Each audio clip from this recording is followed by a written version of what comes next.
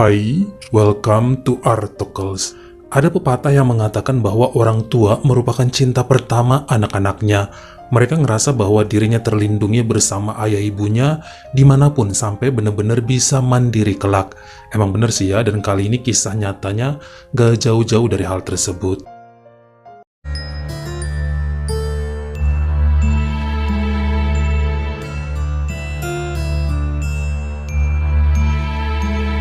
Hari ini kita akan menuju ke kota Kanto di Vietnam yang terkenal dengan kanal-kanal besar serta pasar terapungnya. Ada hampir 1,3 juta jiwa penghuni wilayah ini dan termasuk dalam 5 kota terbesar serta terpadat penduduknya di negara tersebut. Saya kenalkan dengan seorang pria bernama Ratibor Chin yang lahir pada tahun 1973 dan merupakan pekerja serabutan yang dulu membantu pamannya dalam bidang distributor sayur dan buah. Pada saat berusia 21 tahun, lelaki tersebut pindah ke kota Hanoi saat diajakin temennya untuk kerja pada proyek pembangunan gedung rumah sakit. Namun ternyata hanya berjalan 4 bulan, jiwa pemalas dan pengalaman yang minim dalam bidang tersebut membuatnya nggak tahan kerja gituan, hingga akhirnya pindah ke kota Haiphong dan menjadi pengawas pada perusahaan pengolahan kaleng bekas. Disinilah dia kenal dengan seorang wanita bernama Ampa. Naksir-naksiran hingga saling cocok, namun belum bisa nikah karena keuangan yang benar-benar kacau. Orang tua Ratibor di kampungnya sakit-sakitan dan miskin. Adik serta abangnya pun pada ekonomi lemah.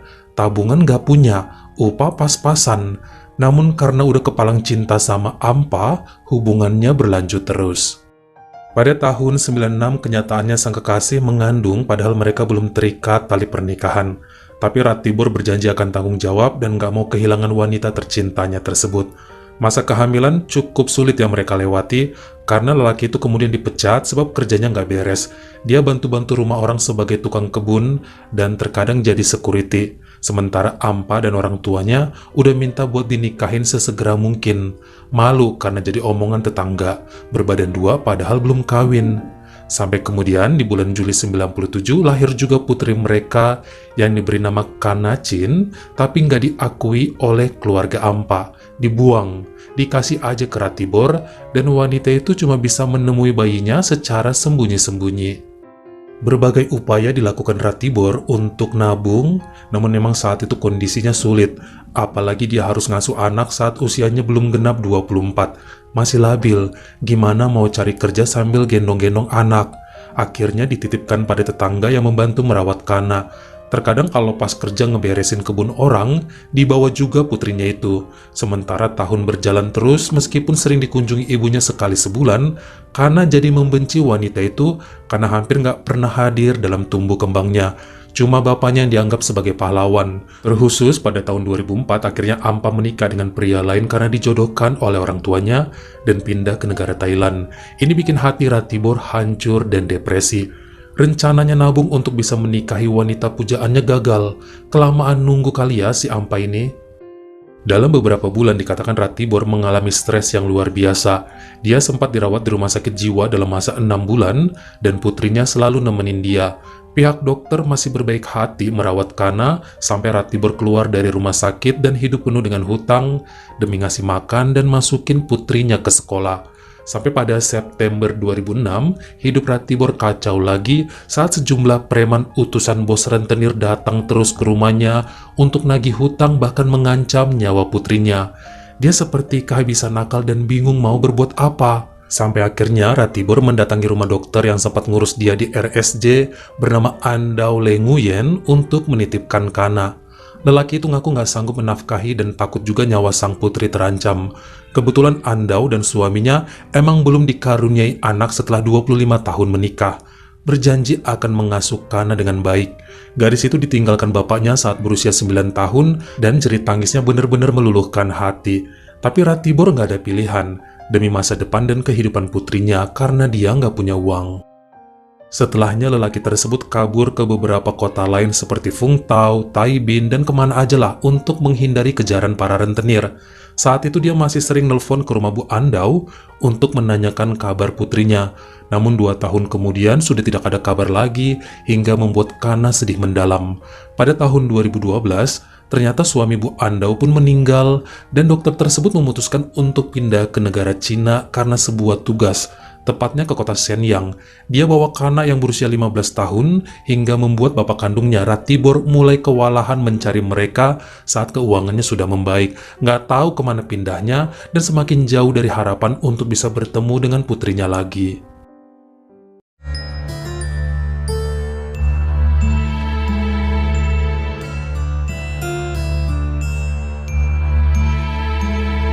Hubungan antara Bu Andau dengan Kana sangat baik. Mereka saling melindungi dan menjaga yang bikin keduanya seperti tidak terpisahkan.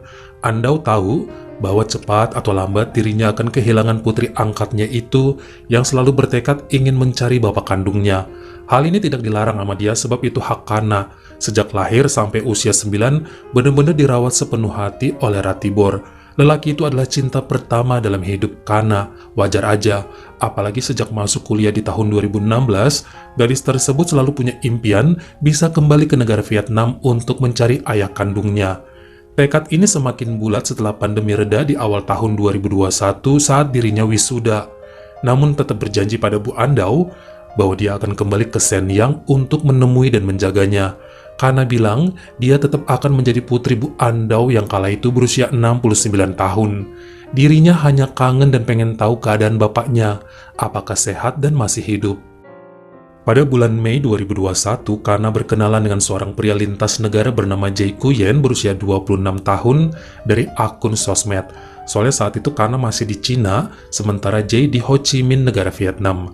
Dengan jujur wanita itu cerita bahwa dirinya sedang mencari ayah kandungnya yang setahu dia saat terakhir nelpon berada di kota Cam Ranh.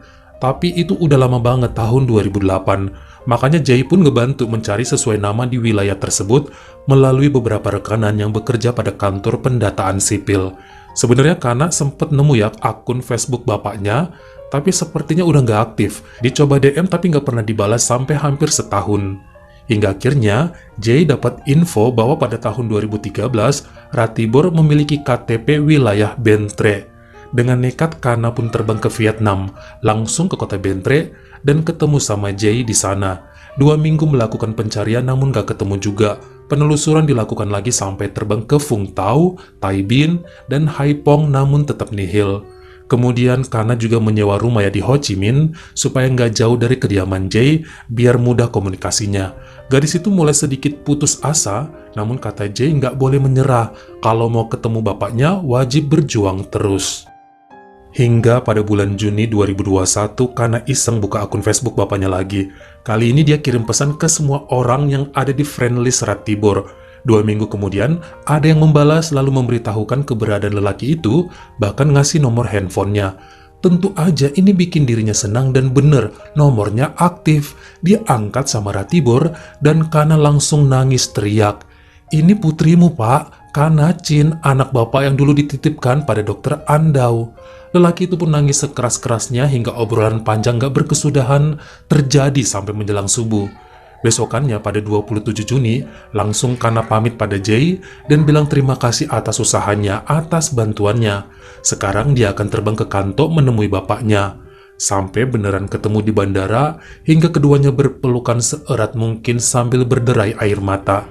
Udah 15 tahun gak ketemu, rasanya sangat rindu, terkhusus mereka dulu berjuang hidup hanya berdua aja. Menurut cerita Ratibor, dirinya kini bekerja sebagai pemandu wisata dan udah lama mencari Kana, nggak pernah berkesudahan. Sementara putrinya juga bilang selalu kangen sama bapaknya dan tidak mengenal lelah berkelana mencari dirinya. Setelah tahu hal itu, Bu Andau di Cina pun ikut bahagia. Dia ikhlas jika kelak Kana akan kembali ke pelukannya atau tidak. Yang terpenting gadis itu bahagia. 2 bulan setelah tinggal bersama bapaknya lagi, tiba-tiba ada seorang wanita berusia 57 tahun bernama Min Min Hoang datang ke rumahnya dan mengaku sebagai kekasih Ratibor. Perempuan ini kenalan sama Kana dan sedih ya sebab baru dikenalinya sekarang. Itu pun harus muncul mendadak. Min Min juga kemudian cerita bahwa keuangan Ratibor selama ini banyak dapat dari dia, terkhusus saat masa pandemi, uang makan, sewa rumah, pulsa dan segalanya dikasih sama dia. Banyak hal diceritakan yang intinya menyudutkan sang ayah serta dianggap sebagai benalu dan mokondo. Ratibor sempat malu, namun dia nggak mau putrinya mikirin hal tersebut.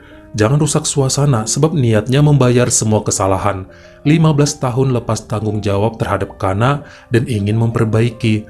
Begitupun Kana menjadi makin sayang sama bapaknya dan jadi rajin tidur di pelukan sang ayah hampir tiap malam.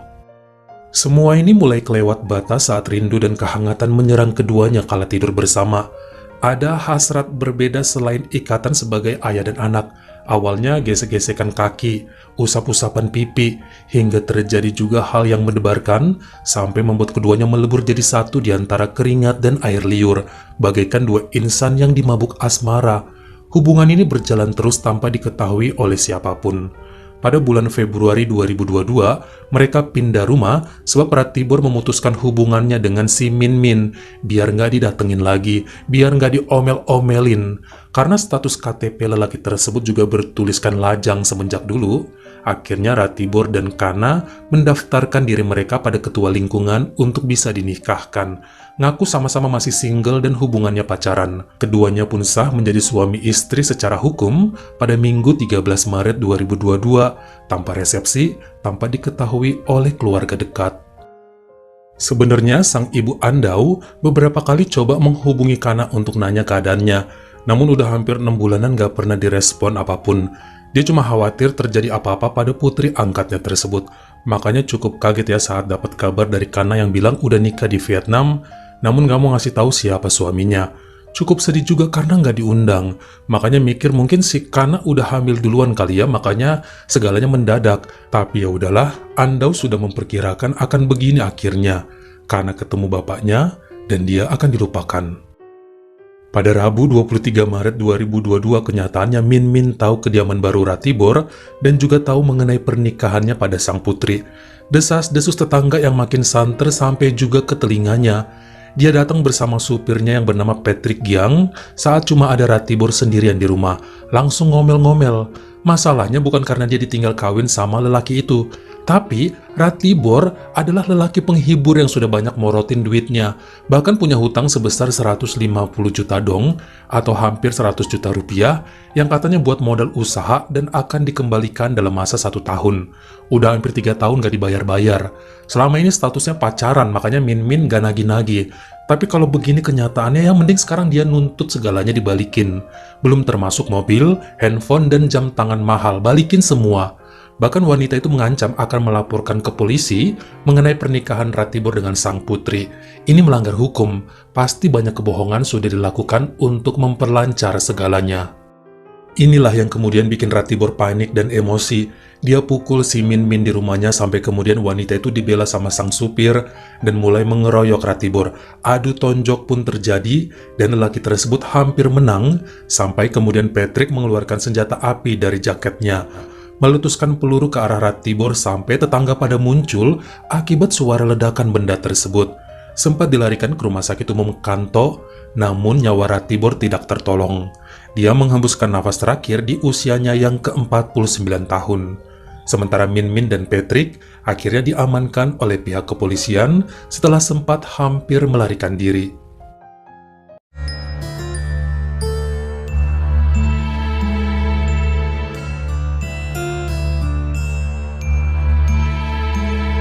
Kenyataannya, Ibu Andau adalah orang pertama yang dihubungi oleh Kana untuk terbang ke Vietnam dan juga menemani dirinya saat masyarakat hampir aja ngeroyoknya karena ketahuan berbohong mengenai hubungannya dengan Pak Ratibor.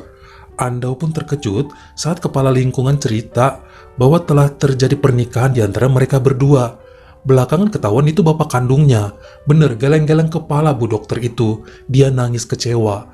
Kana yang dibesarkan dengan baik, berkelas, berpendidikan tinggi, kuat, beribadah, malah melakukan perbuatan tercela yang benar-benar mencoreng nama baiknya sendiri.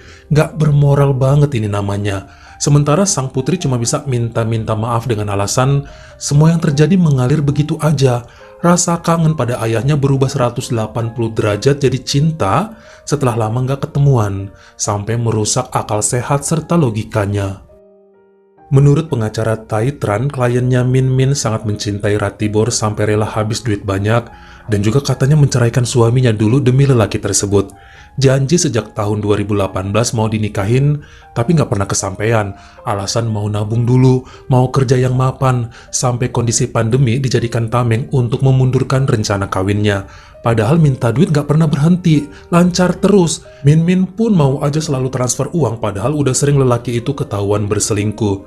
Bucin tingkat dewa. Selain meminjam uang yang nggak pernah dikembalikan sebesar 150 juta dong, beberapa kali Ratibor menggunakan kartu kredit Min Min untuk transaksi belanja, menggunakan nama wanita itu untuk minjam uang sana-sini, dan mencoba menirukan tanda tangan untuk transaksi pembelian motor, kemudian dijual lagi pada tangan ketiga demi keuntungannya sendiri. Min Min yang kerja sehari-hari sebagai pebisnis emas dan berlian, nampaknya membiarkan, sebab mikirnya itu kan cowoknya dia, calon suami, orang yang sangat disayanginya. Namun semua menemui puncaknya saat Ratibor tiba-tiba menghilang bersama putrinya, dan dapat info dari kepala lingkungan bahwa telah terjadi pernikahan di antara mereka berdua. Hingga diajaknya sang supir untuk menghabisi Ratibor yang sempat melawan, tapi akhirnya peluru juga yang merenggut nyawanya. Diketahui senjata milik Patrick tidak ada izin kepemilikan, namun dia udah pegang benda itu sejak 2 tahun terakhir yang didapat dari kawannya yang merupakan anggota kepolisian. Sampai pada hasil keputusannya per hari Selasa 4 Oktober 2022, Hakim di Pengadilan Tinggi Wilayah Kanto menyatakan bahwa Min Min Huang dan juga Patrick Giang sama-sama bersalah atas konspirasi kejahatan serta penyerangan yang mereka lakukan terhadap Ratibor hingga membuat nyawanya melayang. Mereka juga terkena pasal penggunaan senjata api dan mendapat hukuman seumur hidup, namun boleh bebas dengan jaminan setelah menjalani sedikitnya 20 tahun penjara. Sementara pihak pengacaranya dan beberapa masyarakat kemudian menuntut Kana atas pernikahan terlarang serta pembohongan publik. Wanita berusia 25 tahun tersebut menjalani masa persidangannya pada November 2022 dan dia pun dijatuhi hukuman 7 bulan kurungan.